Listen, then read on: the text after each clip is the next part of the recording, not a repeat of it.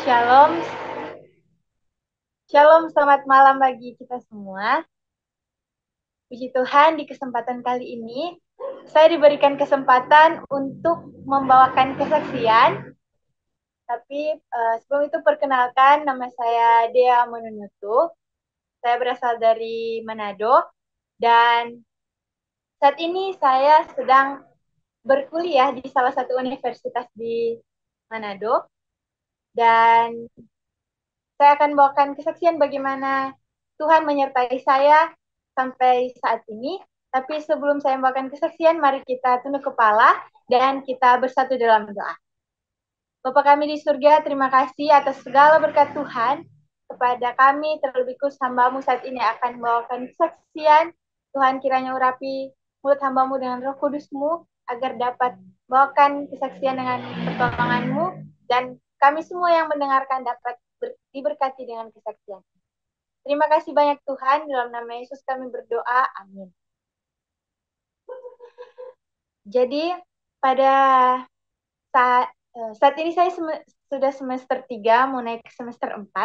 Dan pada saat saya berada di semester 2, ya semester lalu, saya mendapati tubuh saya itu tidak seperti biasanya. Saya mulai merasa ada yang aneh, dan karena saya punya latar belakang penyakit autoimun, waktu saya SMA saya terkena penyakit GBS yang membuat saya harus lumpuh dan dirawat di ICU.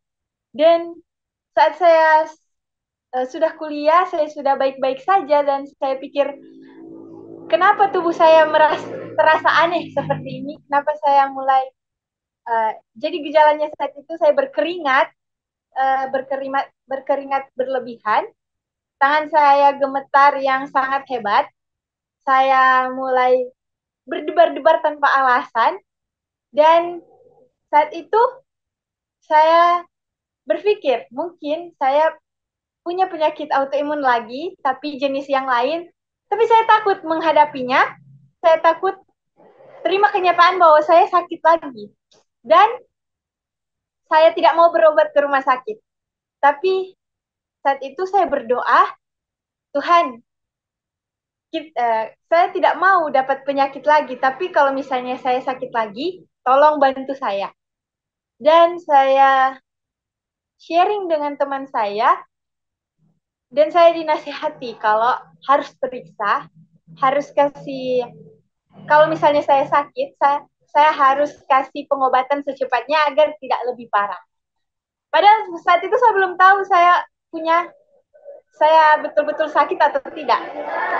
Dan betul, akhirnya setelah saya periksa, saya sakit autoimun juga, tapi jenis yang lain, yaitu namanya Graves syndrome, yaitu penyakit autoimun yang menyerang tiroid saya, yang menyebabkan saya punya metabolisme semakin cepat, dan itu sebabnya saya jadi berkeringat, saya berkeringat berlebihan, um, tangan saya gemetar, leher saya agak sedikit membengkak, dan jika saat ini mata saya agak sedikit menonjol, yang sebelah kiri mungkin tidak terlalu kelihatan, tapi itu yang menyebabkan, itu gejalanya dari penyakit Graves syndrome ini. Dan saat saya terkena penyakit itu, saya sadar dan saya stres.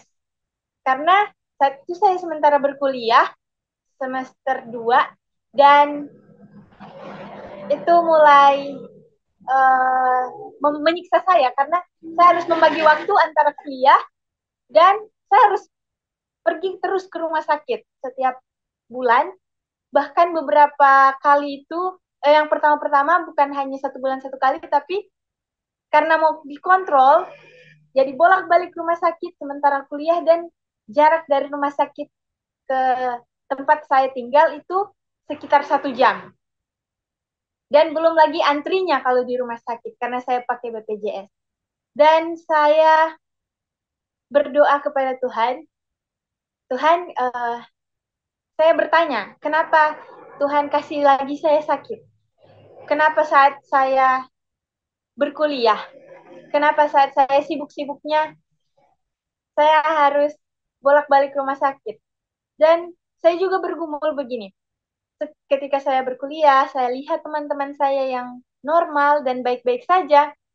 Saya sedih karena saya harus menerima penampilan saya yang mulai berubah, berat badan saya turun naik, mata saya mulai menonjol, dan itu membuat penampilan saya semakin berubah, semakin ya tidak seperti dulu lagi.